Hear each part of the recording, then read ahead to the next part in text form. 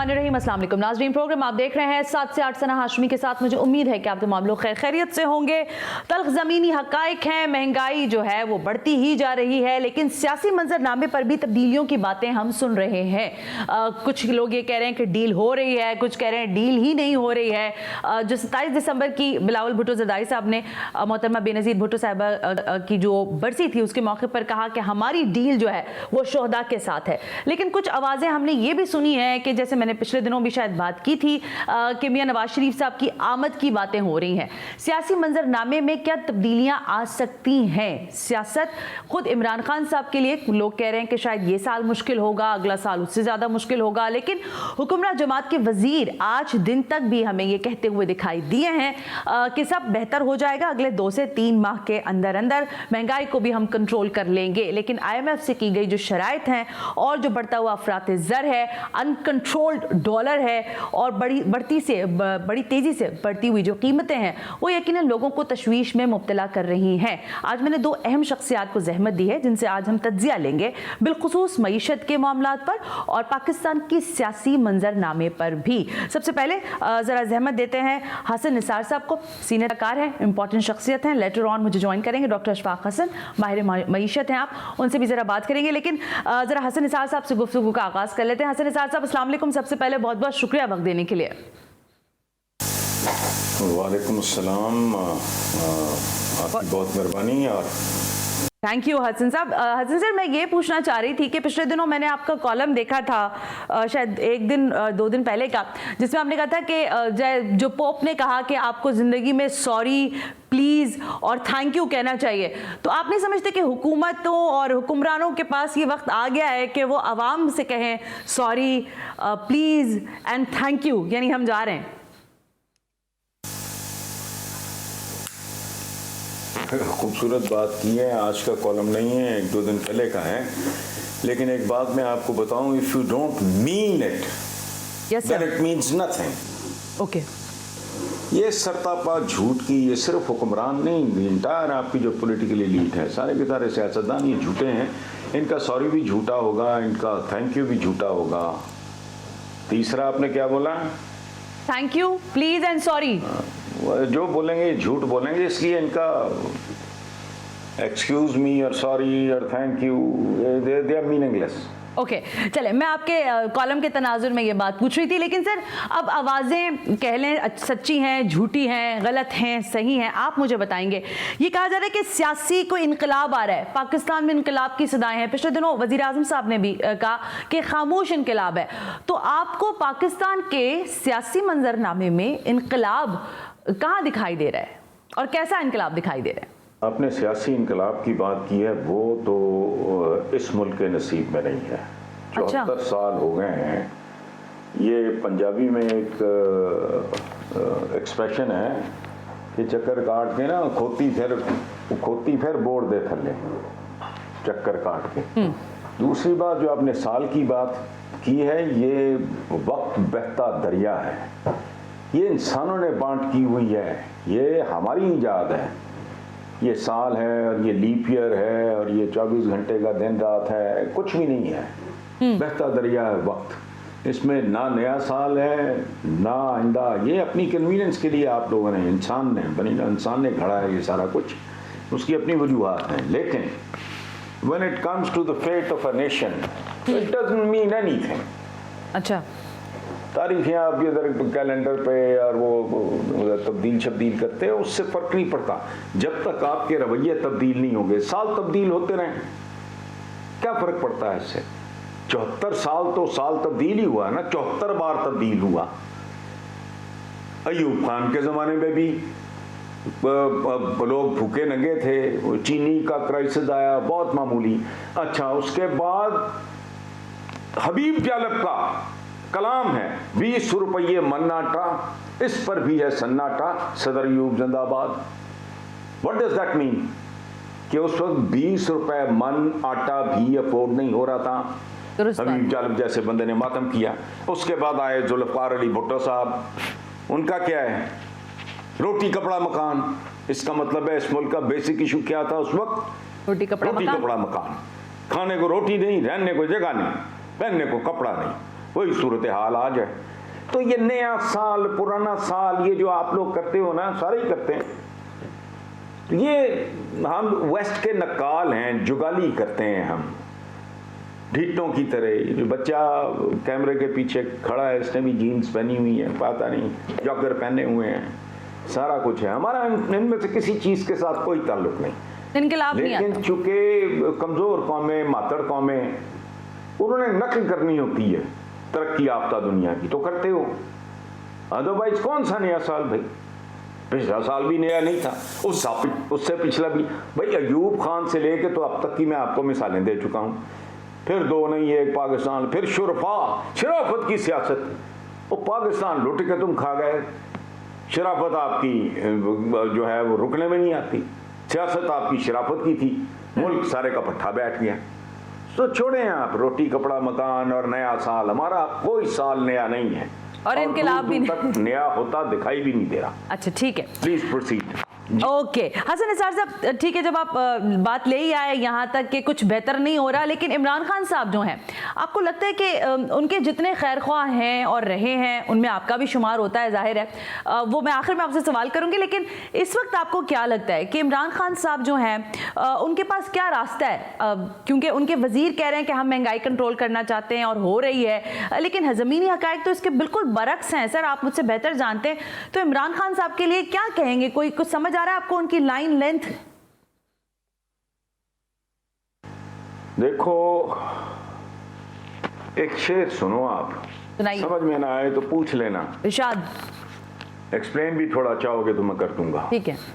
मेरा दुख ये है मैं अपने साथियों जैसा नहीं। मेरा दुख ये है मैं अपने साथियों जैसा नहीं। मैं बहादुर हूं मगर हारे हुए लश्कर में हूं। वाह। उसके इर्द गिर्द कौन है? टीपू को गद्दार मार गए थे, टीपू तो नहीं मरता था उनसे। नवाब सिराजुद्दौला थोड़ा बेवकूफ था, उसने उस इलाके का रहने वाला था, उसने अपना बारूद नहीं संभाला, मानसून का मौसम था, बट टीपू जैसा शेर तो वो नहीं मार सकते। लेकिन यानी यहाँ पे भी इमरान खान साहब, मैं बहादुर हूं मगर हारे हुए लश्कर में। अच्छा, यानी इमरान खान साहब ठीक हैं, इसका मकसद यही है ना? बेसिकली इंसानों का एक इंतखाब और उनका लेवल, और ये इसमें किसी का कोई कसूर नहीं। That's the way we are. That's the way we are. लेकिन हसन निसार साहब, आपके शेर से तो मैंने यक्स किया कि ठीक ही है, मतलब इमरान खान साहब ठीक है, बाकी जो वजीर है और वो जो बातें कर रहे हैं वो अलग है। लेकिन सर एक सवाल और भी लोग कहते हैं कि देखें, इस दौरे हुकूमत में, यानी पाकिस्तान तहरीक इंसाफ के दौरे हुकूमत में कोई एक ऐसा इदारा नहीं बचा। नैब को हम देखते हैं रोज़ाना की बुनियाद पर कुछ ना कुछ कहा जा रहा होता है, इवन दो यहाँ तक कि इस्टेब्लिशमेंट के बारे में मुख्तलिफ किस्म की बातें हो रही होती हैं। आपने अपनी काफ़ी दिहाइयाँ आपने देखी है, सियासी उतार चढ़ाव देखे हैं, आप बताइएगा कि इसकी कोई नज़ीर मिलती है कि इस तरह से एस्टेब्लिशमेंट, जुडिशरी, नैब और बाकी सारे लोगों को इतना मलाइन किया गया हो? अच्छा देखो, इसमें ये इसका मामला नहीं है। मैंने ज़ियाउल्लाह की जेलें काटी हुई हैं, जिसने बाज नहीं आना उसने नहीं आना। सही है। ये भीख में नहीं मिलती, ये जो फ्रीडम है इसको भीख में कुछ भी नहीं मिलता। ठीक है, सिर्फ खैरात मिलती है भीख में, बाकी कुछ नहीं। One has to struggle. और दूसरी बात यह है कि मुझे नहीं लगता कि कोई, मैं तल्ख से तल्ख बात कर लेता हूँ, मेरा वो लोगों के साथ मेरा ताल्लुक भी प्यार मोहब्बत एहतराम का है। Whether they are Noon league के, इवन पीपल्स पार्टी के बहुत प्यारे अच्छे लोग हैं, बर्दाश्त कर लेते हैं ना। मुझे कभी हुकूमत की वजह से ज़ियाउल हक का एक पैच था तो हम तो तब भी बात नहीं आए। मैं 2-3 दफ़ा जेलें काटने के बाद तंग आ गया, लेफ्ट द कंट्री, वो एक और कहानी। बट बेसिकली ये आप याद रखना, जो बहुत freedom of speech, there are ways of saying things. Munir Niazi साहब ने कहा था, मुनीर इस मुल्क पे आसेब का साया है या क्या है, कि हरकत तेज तर है और सफर आहिस्ता आहिस्ता। बिल्कुल दुरुस्त है, कहने का तरीका है ना। अच्छा, फैज ने क्या कहा, ये दाग दाग उजाला, ये दाग दाग उजाला, ये शब गजीदा सार, ये रातों की मारी हुई सुबह। तो देयर आर वेज। आप अगर बहुत ही लाठमार तरीके से करोगे या गाली गलौज जैसे हमारे पॉलिटिशियंस आपस में कर जाते हैं, और पंजाब का तो खैर कल्चर है गाली के बगैर, तो मैं फ्रैंक दोस्तों में सच्ची बात है बैठा हूँ मेरे बच्चों की तरफ, तो मैं इतराफ़ कर रहा हूँ कि गाली हमारी जेर ज़बर है। एक दफ़ा काजी हुसैन अहमद साहब मेरे घर पे तशरीफ लाते बैठे हुए, तो मेरे मुंह से कोई एक दो हालात ऐसे होते हैं, गुस्सा चढ़ता है, हाँ। गाली निकली, तो मैंने आए रियलाइज़ कि यार ये बुजुर्ग है मेरे, मैं इनके सामने बदतमीजी कर रहा हूँ। तो मैंने कहा काजी साहब मैं माफ़ी चाहता हूँ, लेकिन मैं क्या करूँ, मुझे इतना। तो वो हंस के कहते हैं नहीं नहीं नहीं, अपने टिपिकल लहजे में। तो मुझे कहते हैं मैं भी जब पश्तो बोलता हूँ तो गाली देता हूँ। ओके तो इसका मकसद है कि ये ट्रेंड है, पार्ट ऑफ कल्चर, बट कोई थोड़ा सलीका करीना होना चाहिए, करीने से तनकीद हो सकती है। ठीक है, पिछले दिनों भी, कल भी और आज भी वज़ीर आज़म पाकिस्तान जनाब इमरान खान साहब ने आलमी स्कॉलर से मकालमा किया है। अब यहाँ पर ये सवाल लोग खड़ा कर रहे हैं कि भाई आप मकालमे कर रहे हैं लेकिन अमल क्या कर रहे हैं? अमल में तो आपने कुछ नहीं दिया, रियासत मदीना की बातें होती हैं लेकिन दिखाई कुछ नहीं देता सरफेस पे। निसार साहब, हसन निसार साहब, तो क्या कहिएगा इस मकालमे पर और इस अमल पर? नहीं बिल्कुल नहीं। पहली बात तो ये है कि एप्पल्स और ऑरेंजेस को ना मिलाओ, पंजाब और केपीके। अच्छा, मुझे ब्रेक लेने का कह दिया गया। हसन निसार साहब रुकिएगा यहीं पर, मैं वापस आती हूँ। हसन निसार साहब एक ब्रेक ले रही हूँ, ब्रेक से आती हूँ क्योंकि इमरजेंसी ब्रेक हो गया है। ब्रेक से वापस आते हैं तो इसी बात को कंटिन्यू करेंगे कि क्या समझते हैं हसन निसार साहब कि वाकई तब्दीली का वक्त करीब है या नहीं है, और फिर क्या वो मायूस हुआ है इमरान खान साहब से या नहीं। Right after this break, you watching 7 से 8।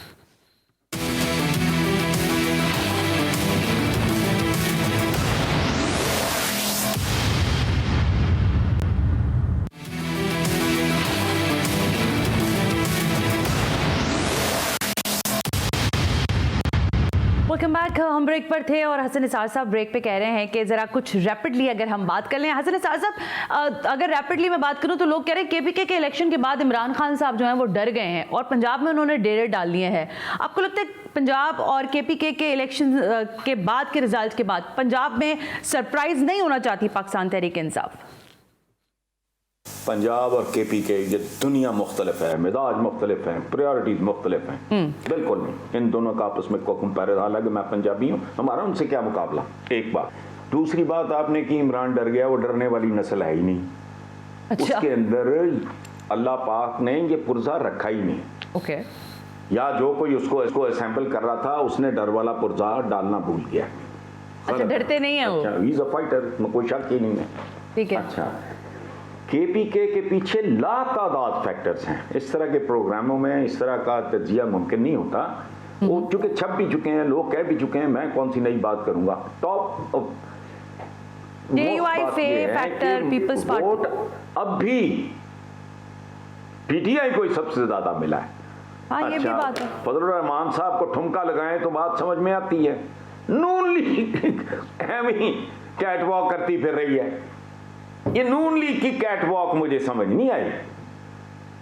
फजलुर रहमान साहब का ठीक है, कोई 2-4 स्टेप ले लें, बात बनती है, क्योंकि उनका वहाँ लॉटरी निकल आई है। इनकी अपनी हिमाकतों बेवकूफ़ियों की वजह से तो निकल आई है लॉटरी उनकी, एक वक्ती सी है, लेकिन ये दूर तक नहीं चलेगा। जनरल इलेक्शन के साथ कोई कंपैरिजन नहीं है। और it's going to be tough in Punjab. Imran will have to lead it himself, Nothing short of Imran himself। मैं लिख के दे रहा हूं, जितना मर्जी कर लो, खुद खड़ा होना पड़ेगा वहां पे, किसी और की बात नहीं चलेगी ना। है मैं शफकत महमूद बहुत काबिल आदमी, ऑनेस्ट आदमी, उसको इंटेलेक्चुअल काम दो। हसन निसार साहब यहाँ रुकिएगा ना, ठीक है, दिया वो बाबा। हसन निसार साहब एक सेकंड रुकिएगा, मैं ये पूछना चाहती, चलें अगर यहाँ केपीके इलेक्शन आ गया ना, आप मुझे ये बताएं, अगर लोगों को ये खदशा हो गया है कि इमरान खान साहब ज़ाहिर इस दफ़ा हुकूमत में अगले 5 साल मुकम्मल होंगे, जब 2 साल के बाद तो वो अपोजिशन में होंगे, ये लोग कह रहे हैं इनके पास राज ऐसे ऐसे हैं कि ये अपोजिशन में बैठ कर भी नाको चने चबवा देंगे लोगों को। इस पर कुछ फरमाइएगा कि क्या मामला है, ऐसा होगा, इनके पास कुछ राज वाज है भी कि नहीं? ऐसे ही राजों की किस्में होती हैं ना जी। और मुझे एक दफा हामिद मीर ने अपने प्रोग्राम पे हैं, मैंने कहा राज। अच्छा बात लाए गए बिठाए गए, लाए गए बिठाए गए वाली बात की गर्दान करता है, मेरे बस में हो मैं उसकी गर्दन उड़ा दूं। क्या? ये नवाज शरीफ हैं, ये कायदे आजम सानी, होममेड कायदे आजम सानी। वो बंदा पूछे, वो तू काउंसलर का इलेक्शन जीतने की तेरी औकात नहीं थी, लाने वाले लाए, कोई एक ब्रिगेडियर कयूम साहब थे, को जो भी लाए लाने वाले। अच्छा इवन भुट्टो, और भुट्टो अयूब खान को डैडी कहते थे जी। एक खत में सिकंदर मिर्जा को उन्होंने लिखा कि भाई कायदे आजम भी छोड़ें, आप उनसे बड़े लीडर हैं। ये रिकॉर्ड पे है सारा कुछ, मैं कोई इंकशाफ नहीं कर रहा, घिसी पिटी बात कर रहा हूं। तो Ayub, field marshal Ayub Khan daddy हो आपका, सिकंदर मिर्जा को आप कायदे आजम मोहम्मद अली जिन्ना जैसी आलीशान शख्सियत से भी सुपीरियर करार दें, ये क्या है? शौकत अजीज क्या है? ये सारे लाए जाते हैं, लाए। अच्छा, यानी उनके पास कोई ऐसा राज नहीं है ना?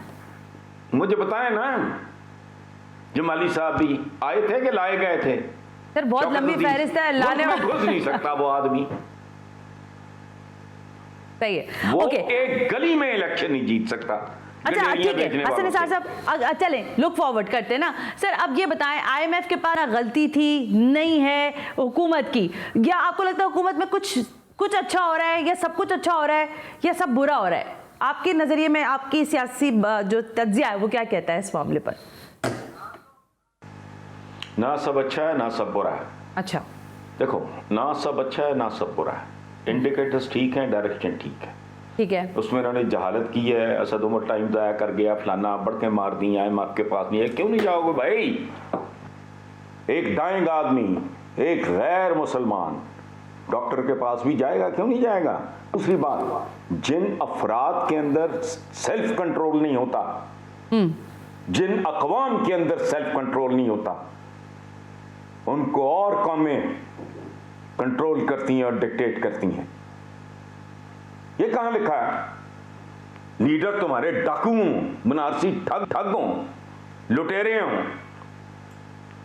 पाकिस्तान जब बना तो बड़ी तबाही आई थी, उसकी तफसील मैं नहीं जाता, घरों के घर उजड़ गए, पता नहीं क्या क्या कुछ हुआ। छोड़ो, पाकिस्तान ने किसी का 1 रुपया नहीं देना था, की करके कांटों को इस्तेमाल करते थे, कॉमन पेंस नहीं थी, कुछ भी नहीं था, खासा अरसा करेंसी भी नहीं थी, देना कुछ नहीं था। बाद में यही जो खबीसों के टोले आते रहे ना, इन्होंने देखो, इन्होंने मिलजुल के इसको यहां तक पहुंचाया। इसको रिवर्स करना वो खाला जी का बाड़ा है, इन सबको पता है हकायक क्या है, और ये सब पैनिक भी इसलिए कर रहे हैं। ये याद रखना जी सर, ये बुरी तरह इस मुल्क में अगर कोई खौफजदा है, सही मानो वो ऑपोजिशन है। ओके, इस आदमी को अगर 5 साल और मिल गए तो they'll be doomed forever। अभी तो गवाहियां उसके खिलाफ जा रही है ना। गरीब आदमी तो चूल्हे से पूछता है कि जो मेरे मुल्क का सरबराह है वो चंगा है पैड़ा है।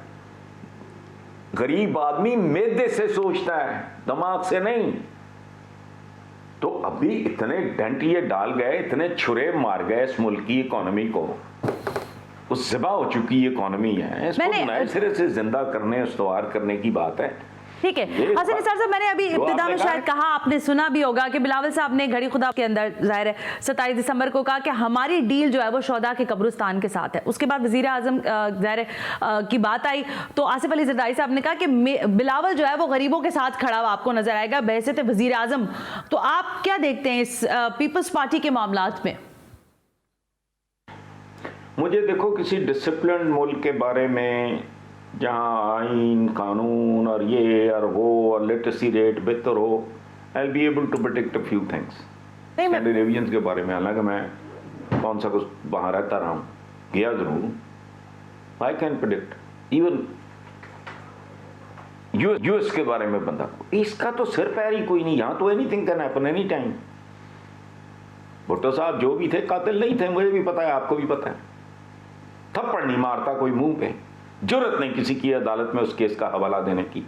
बेशर्म ढीठ लोग अपनी जिंदगी में मान गए कि हमसे ये काम करवाया गया, तो यहां क्या नहीं हो सकता भाई, होने को तो अच्छा। लेकिन बिलावल गरीबों के साथ खड़ा होगा, बिल्कुल ठीक है, खड़े होने में क्या लगता है भाई, वो तो नाना भी खड़े थे, रोटी कपड़ा मकान की जगह अब बिलावल को चाहिए रोटी की जगह पराठा, कपड़े की जगह अरमानी का सूट, मकान की जगह फार्म हाउस। भाई ये कर दे, नाना सारा कुछ दे गए, छोड़ो आप। ठीक है हसन निसार साहब, इसका अच्छा हसन निसार साहब क्यों आप मेरे साथ स्टूडियो में नहीं है, लेकिन जो आपकी वाइब्स आ रही हैं मुझे ऐसा लग रहा है कोई मायूसी है आपके अंदर। लेकिन इमरान खान साहब आपके बड़े अच्छे दोस्त हैं, रहे भी हैं, और मुझे पता है कि आप एक फ़ोन करें और इमरान खान साहब फ़ौरन आपका फ़ोन भी उठा लेंगे। तो एक अच्छे दोस्त को कोई सलाह देना तो बनता है। आप समझते हैं कि हसन निसार कोई मशवरा दे सकते हैं इमरान खान साहब को, जबकि लोग कह रहे हैं कि ये मंझधार में फंस गए?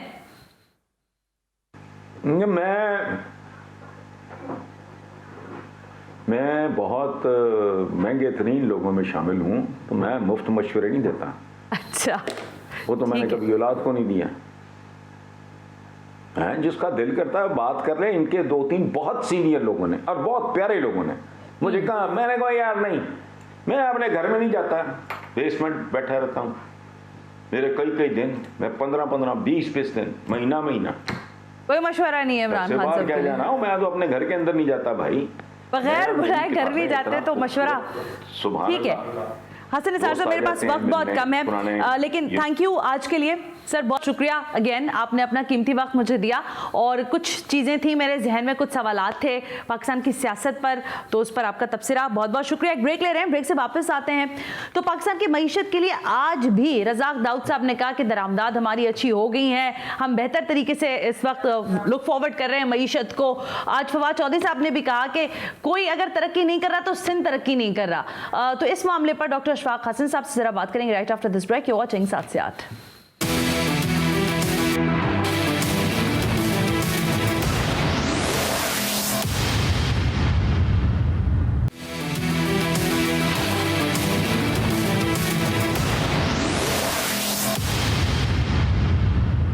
वेलकम बैक नाज़रीन, हम ब्रेक पर थे और ब्रेक पे जाते हुए मैंने आपसे कहा कि ज़रा अब मईशत के जो ज़ाहिर मुकम्मल आदाद और शुमार का मामला है उस पर हम बात करेंगे। प्रिंसिपल नस्ट हैं, किसी तारुफ के मोहताज नहीं है, मईशत के मामला पर कड़ी निगाह रखते हैं डॉक्टर अशफाक हसन साहब। डॉक्टर साहब अस्सलाम वालेकुम, बहुत बहुत शुक्रिया वक्त देने के लिए।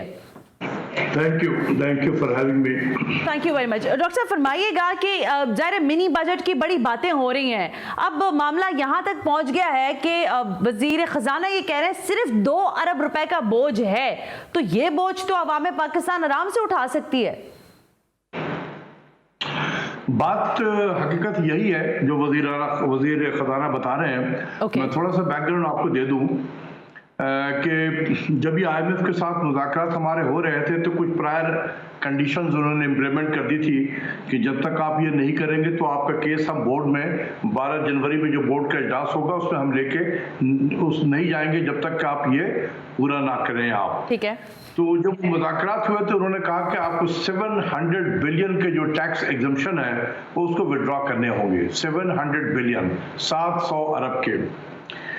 तो उस पर फिर ये हुआ कि काफ़ी नेगोशिएशन हुई और इसमें मैं ज़रूर फाइनेंस मिनिस्टर और FBR के चेयरमैन को दाद दूंगा कि इन्होंने काफ़ी उनके साथ मुज़ाकरात करके उसको लेस देन हाफ पे ले आए। अच्छा। यानी तकरीबन हाफ पे ले आए, ये स्लाइटली लेस देन 343 बिलियन का एग्जम्पशन जो है वो विड्रॉ हो रहा है और वो बिल पेश कर दिया गया है। अब इस 343 को अगर आप गौर से देखें तो 272 बिलियन वो है जो बहुत सारे रॉ मटेरियल्स हैं, फार्मास्यूटिकल इंडस्ट्रीज से रिलेटेड हैं, या बाकी इंजीनियरिंग के जो जितने भी हमारे कारखाने हैं, मशीनरी है, इक्विपमेंट है, हाँ। उनके ऊपर जो ड्यूटियां लगती एग्जम्पशन थे तो उस पे अब एग्जम्पशन हट जाएगा और इन पे ड्यूटी लगेगी, 17% GST लगेगा। लेकिन इसको एडजस्टेबल कर दिया गया है और रिफंडेबल भी कर दिया गया है।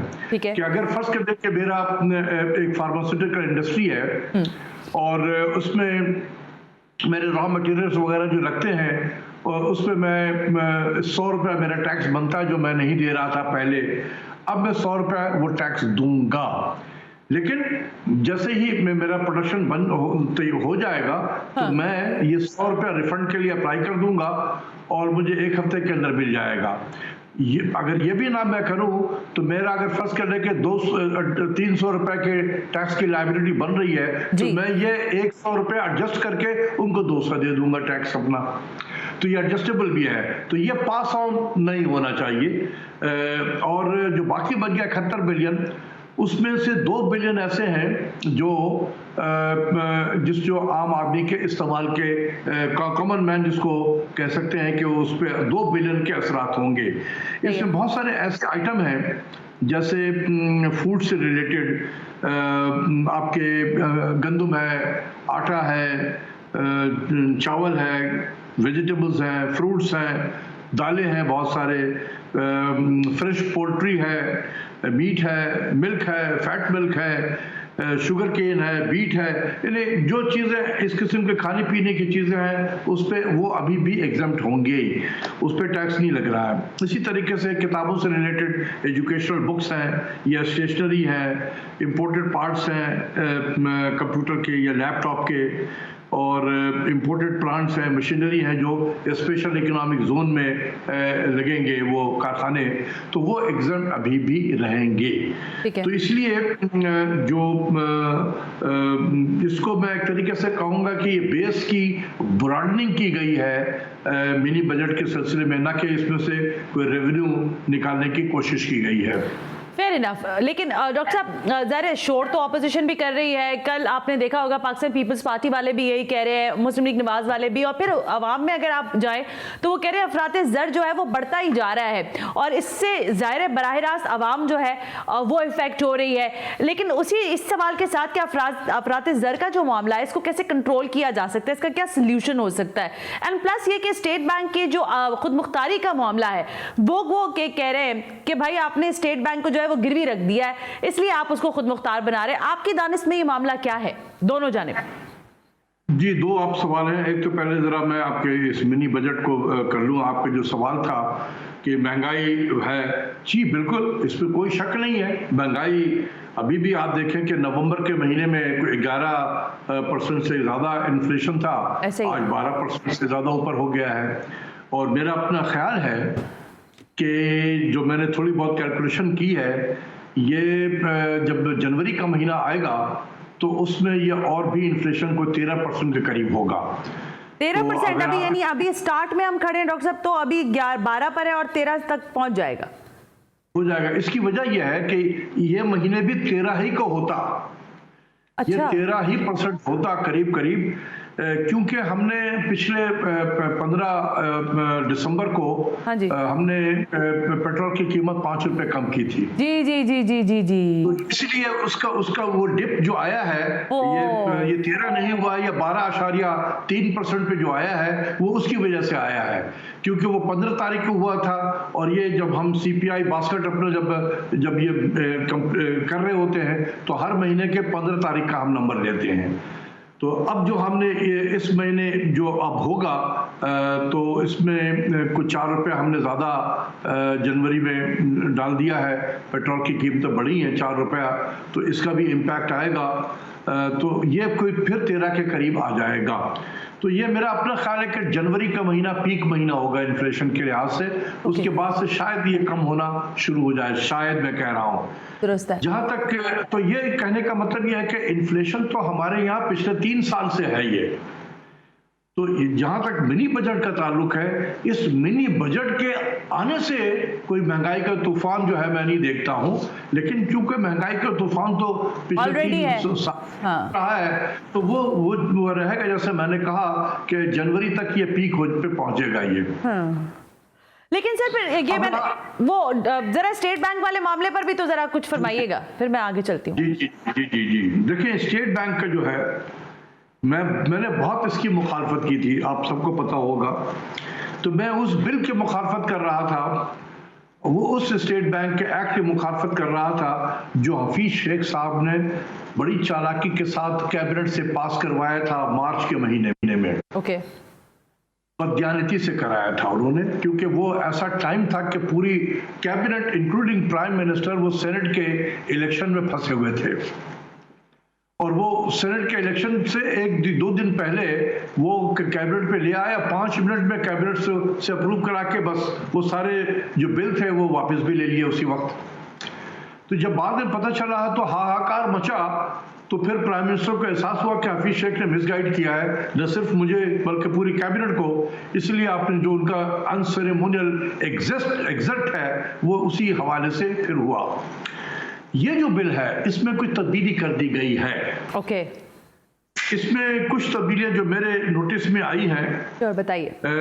उसमें यह है कि पहले यह था कि स्टेट बैंक का जो बोर्ड है जी, ये स्टेट बैंक ही अपॉइंट करेगा, लेकिन ये अब उसको हटा दिया गया है। अब ये बोर्ड जो है गवर्नमेंट ऑफ पाकिस्तान अपॉइंट करेगी। ठीक बात है। फिर उसमें एक ये चीज थी कि ना कोई नैब, ना FIA, ना IB, ना कोई भी इदारा स्टेट बैंक के गवर्नर, डिप्टी गवर्नर, उनके किसी भी स्टाफ को हाथ नहीं लगा सकता। उसको खत्म कर दिया गया है। अब उनकी अकाउंटेबिलिटी बिल्कुल उसी तरीके से होगी जिस तरीके से बाकी लोगों की होती ठीक है। तो वो जो चीज थी कि ये आइन से बालातर हो गए, उनको खत्म कर दिया गया है।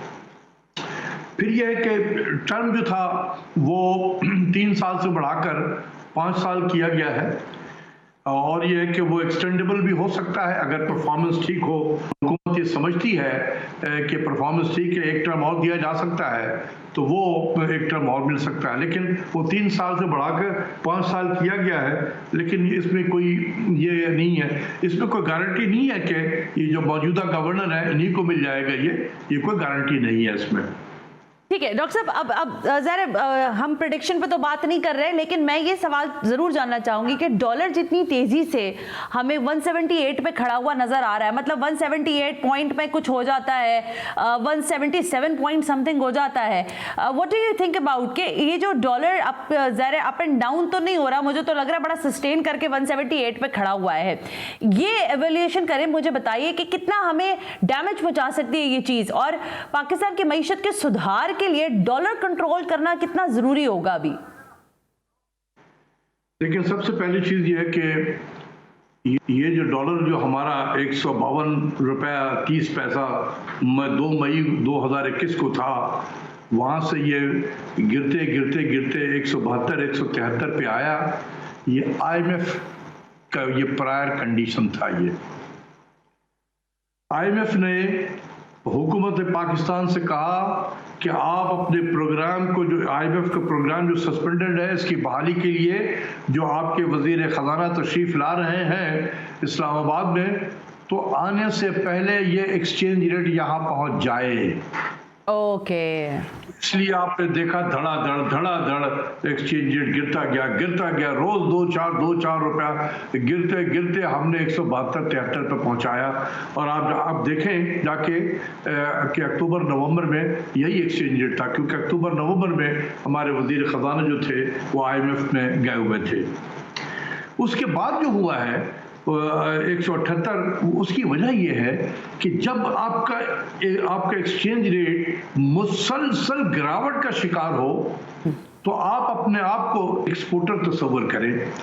आप कहेंगे आज मैं अपने डॉलर को क्यों लेकर आऊं, अपने एक्सपोर्ट के प्रोसीड को क्यों लाऊं, मैं एक हफ्ते के बाद या 2 हफ्ते के बाद लाऊंगी, तो हो सकता है कि मुझे $1 पे 2-4 रुपए ज्यादा मिल जाए। तो आज आपने अपने एक्सपोर्ट प्रोसीड्स को नहीं लाया और एक शॉर्टेज क्रिएट कर दी मार्केट में। सही बात है। मैं इंपोर्टर हूं, मैंने LC खोलना था अपने लिए कोई 2 हफ्ते के बाद। मैंने कहा मैं आज ही खोल लेता हूं 172-73 पे, क्या पता कि जब मैं खोलने जाऊंगा 2 हफ्ते के बाद ये कहीं और पहुंचा हुआ होगा। सही है। तो मैंने आज डिमांड क्रिएट कर दी और आज आपने सप्लाई शॉर्टेज कर दी है। तो डिमांड और सप्लाई का गैप जब हुआ तो ये आहिस्ता आहिस्ता गिरते 178 पे आया हुआ है ये। तो ये एक पॉइजन है किसी भी मईशत के लिए, ये पॉइजन है इस तरीके से एक्सचेंज रेट का डिप्रिशिएट होना। आज हमारे प्राइम मिनिस्टर साहब जो जिस मुसीबत में फंसे हुए हैं महंगाई के लिहाज से, ये पूरी कैबिनेट इंक्लूडिंग प्राइम मिनिस्टर, इसमें बहुत ज़्यादा कंट्रीब्यूशन इस एक्सचेंज रेट की डिवैल्यूएशन का है। आलमी मंडी में चीज़ों की कीमतें बढ़ी हैं, तेल की कीमतें बढ़ी, खाने पीने की चीज़ें जो है वो भी बढ़ी हैं बाहर में। लेकिन उस कहते हैं ना सोने पे सुहागा, ये सुहागा जो है ये एक्सचेंज रेट ने चढ़ा दिया है और बल्क ऑफ कंट्रीब्यूशन जो है वो इसी का है। तो जब हम ये कहते रहते हैं कि जी महंगाई आलमी मसला है, हर तरफ हो रही है, पार्टली सही है, पार्टली सही है। बाहर में है तो हमारे यहाँ भी होंगी, तेल की कीमतें बाहर अगर बढ़ रही हैं तो हमारे यहाँ भी बढ़ेगी।